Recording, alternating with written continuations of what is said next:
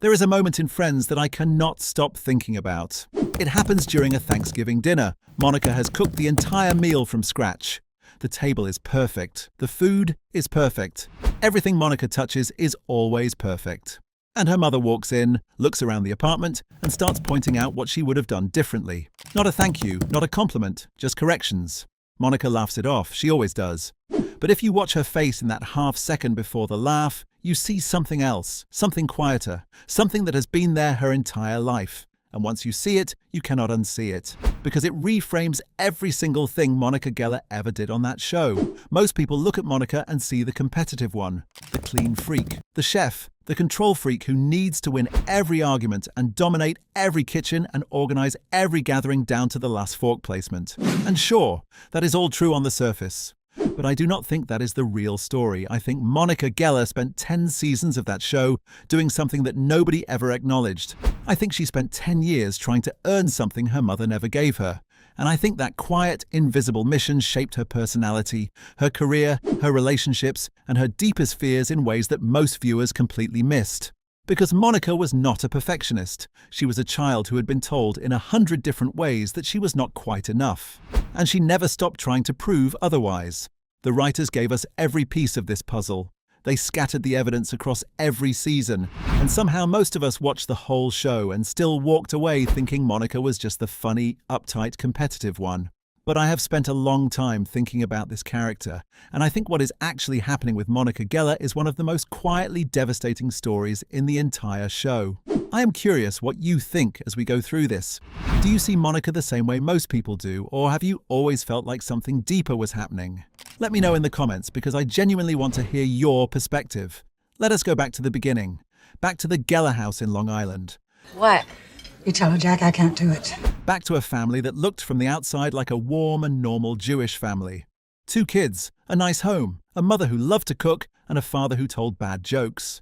And on the surface, that is exactly what it was. But underneath that surface, something was already broken before Monica was old enough to understand it. Ross was the miracle baby. That detail matters more than the show ever let it breathe. Judy Geller had struggled to conceive. She had given up hope. And then Ross arrived, and in that family's private mythology, Ross became something almost sacred.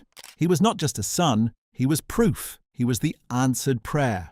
Monica came later, naturally, without the story attached. And without the story, she never quite got the same weight of love. That is the starting point. But I want you to really sit with what that means for a child growing up in that house. Monica did not come into the world with a story that made her arrival feel like a miracle. She came in as the second child, the expected one. And in a household where the first child carried all that emotional weight and mythology, the second child had to find another way to matter. Now here is where it gets interesting. Judy Geller was not a villain. The show does not frame her that way, and neither should we. She was a woman who had learned from her own mother how to love her children, which was to push them, criticize them, hold them to standards that could never quite be met. That pattern was handed down like a family heirloom. Judy's mother had done the same thing to Judy, and Judy did it to Monica. And the cruelest part is that Judy probably did not even realize it was happening. She thought she was being helpful. She thought she was motivating her daughter. She thought pointing out what Monica could improve was a form of care. But Monica felt every single ounce of it. Think about what Monica grew up watching. She watched her mother's eyes light up differently when Ross walked into the room. She watched compliments flow to her brother like water, easy and natural, while anything directed at her came with a caveat. She watched Judy defend Ross's divorce, excuse Ross's failures, and pivot every conversation back. Well, then I'm okay with being high maintenance. Yeah, and I am okay with... To Ross's accomplishments. Ross got 3 divorces and Judy still found ways to redirect the disappointment onto something else. And Monica, standing right there in the same room, had to find a way to make sense of that. If you enjoy these deeper character breakdowns, make sure you subscribe. There are many more of these coming. So Monica did what children do when they cannot change their circumstances. She changed herself. She decided that if she could just become impressive enough, perfect enough, useful enough, her mother would have to see her. She threw herself into cooking. She threw herself into competing. She threw herself into being the best at everything. Not because she was naturally wired that way, but because winning felt like the closest thing to being loved that she could manufacture on her own. And here is what makes it heartbreaking. It worked, just never quite the way she needed it to. Monica became an exceptional chef. Judy talked about Ross. Monica kept an immaculate home. Judy found things to criticize. Monica hosted holiday after holiday. She poured herself into every Thanksgiving table and every Christmas spread. She created the warmth and gathering that should have felt like proof of who she was. And Judy would arrive, sit down, and within minutes redirect the conversation. To Ross's latest paper, to Ross's love life, to whatever Ross happened to be doing that week. There is a scene that cuts right to the bone of this. Monica is at a family gathering, and the conversation turns, as it always does, to what Monica is not. Not married yet, not giving them grandchildren yet. Not quite what Judy had pictured. Is everybody working really hard? Well, no, it's just me and Wendy. And Monica is smiling. She is always smiling. But there is something mechanical about it by this point. Like a person who has rehearsed the smile for so long that they can produce it on command without it touching anything real. That smile is the contradiction at the center of Monica Geller. Because here is what most viewers read Monica as: confident, forceful, the one who takes charge and has opinions and never backs down and always knows exactly what she wants. And yes, Monica is all of those things, but watch what happens when her mother enters the room. That forceful, take-charge woman becomes something else entirely. She becomes careful. She becomes eager. She starts performing in a way that she never performs for anyone else. The competitiveness cranks up. The need for approval spikes. The smile gets turned on like a lamp. Monica is not confident in the presence of her mother. She is auditioning, and this is the detail that makes everything else click into place. I'm sorry, honey, but we're gonna take you shopping. It's gonna be fine. Because the Monica her friends see is not the real Monica. The one who bosses everyone around and has to win every game and reorganizes the furniture when anxious. That version is a performance. It is what happens when a person performs competence for so long that it becomes the only self they know how to show. She is not genuinely invested in who wins a trivia game at 11 o'clock on a Tuesday night. What she is actually doing is practicing. Practicing being enough in every small arena she can find. Because losing for Monica carried a much older fear. Losing meant being invisible, and invisible was what she had been running from her whole life. And this leads to the part of Monica's story that I think is the saddest and also the most invisible. Because Monica did not just spend her life chasing her mother's approval. She built her entire personality around the absence of it. Every trait that defines her on that show is a direct response to that wound. Her obsessive cleanliness, her need to win, her compulsive hosting and her career as a chef, and her desperate desire to build a perfect home. Every single one of those traits traces back to the same source. A little girl who was made to feel like not quite enough.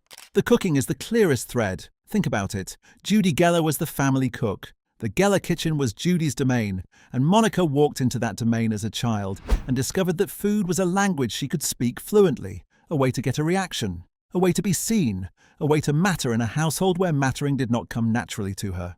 She became a professional chef, not just because she loved food. She became one because the kitchen was the one place she had ever felt close to something that resembled her mother's world. She was trying to meet Judy there. Oh, God, I'm so sorry. Hey. Trying to speak to her in the only language that seemed to work, and every dish she cooked as an adult was in some small way still an offering. But that is not the strangest part. The strangest part is what happened with her weight. Monica was overweight as a teenager. The show treats that mostly as a running joke, but there is something underneath those flashback scenes that deserves far more attention than it ever got. In one of those Thanksgiving flashback episodes, you see Judy offering Monica more pie at the dinner table, more food, more dessert. Come on, have another piece. And the camera plays it as a gag, the mother feeding the overweight daughter. Everyone laughs, but watch it again knowing what you now know about this family.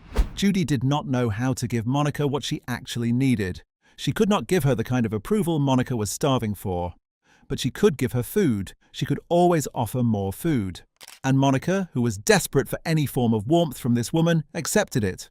She ate because eating was one of the few moments where her mother's attention felt like something close to love. And then Chandler made a comment at that same Thanksgiving dinner. He called her Ross's fat sister, and Monica, standing in that kitchen, heard it. And something shifted, not because of Chandler. Chandler was just a teenager saying a stupid thing. But because in that one humiliating moment, Monica realized something. She realized she had a choice. She could keep eating what she was being given. You're not gonna be phased out. Well, of course I am. It's not going to happen to Ross. He's your brother. Or she could become someone her mother had no choice but to see differently.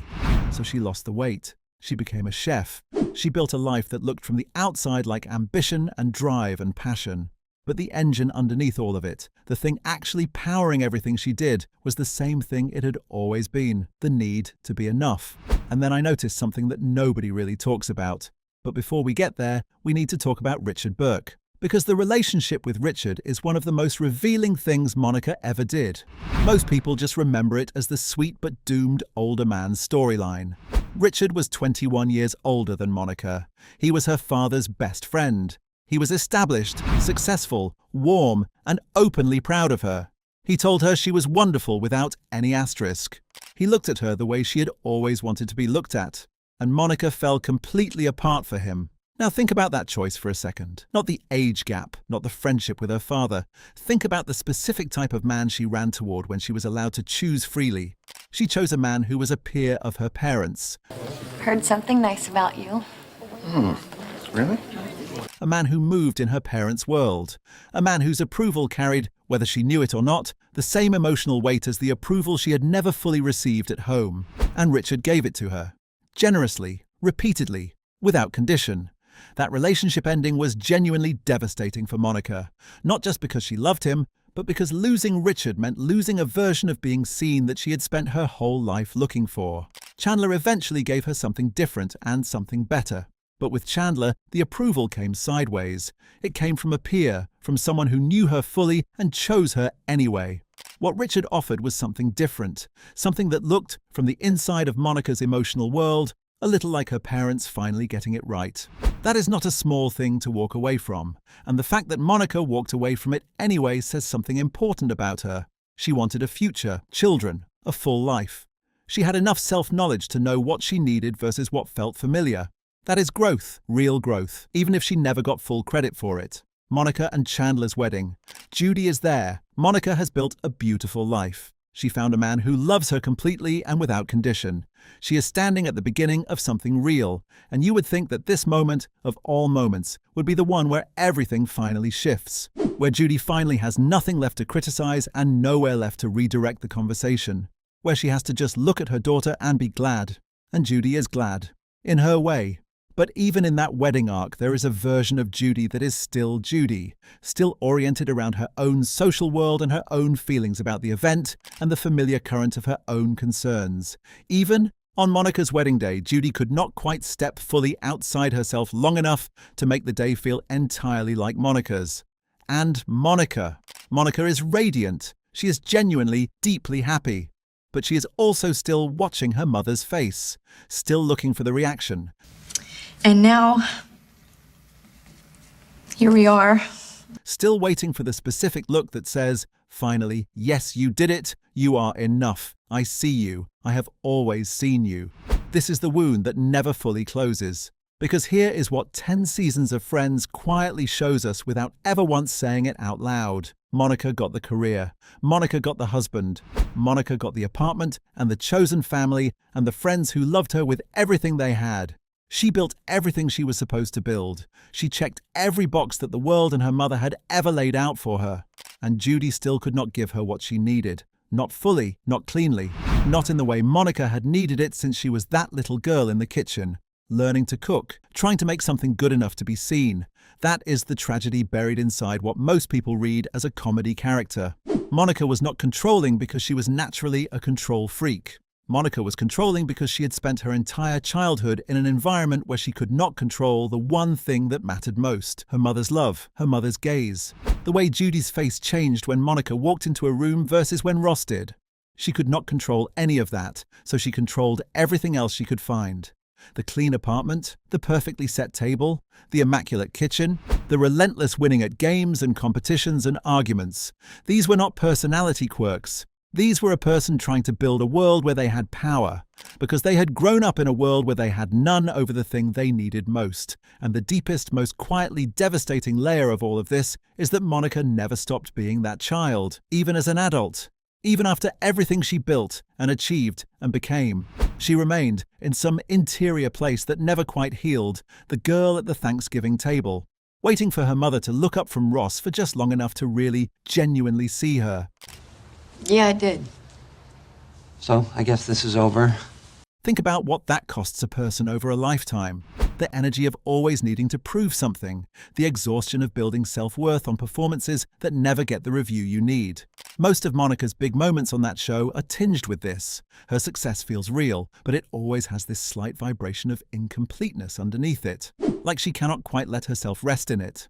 Because resting would mean accepting that she is enough without her mother's confirmation, and she has never quite learned how to do that. That is who Monica Geller actually was.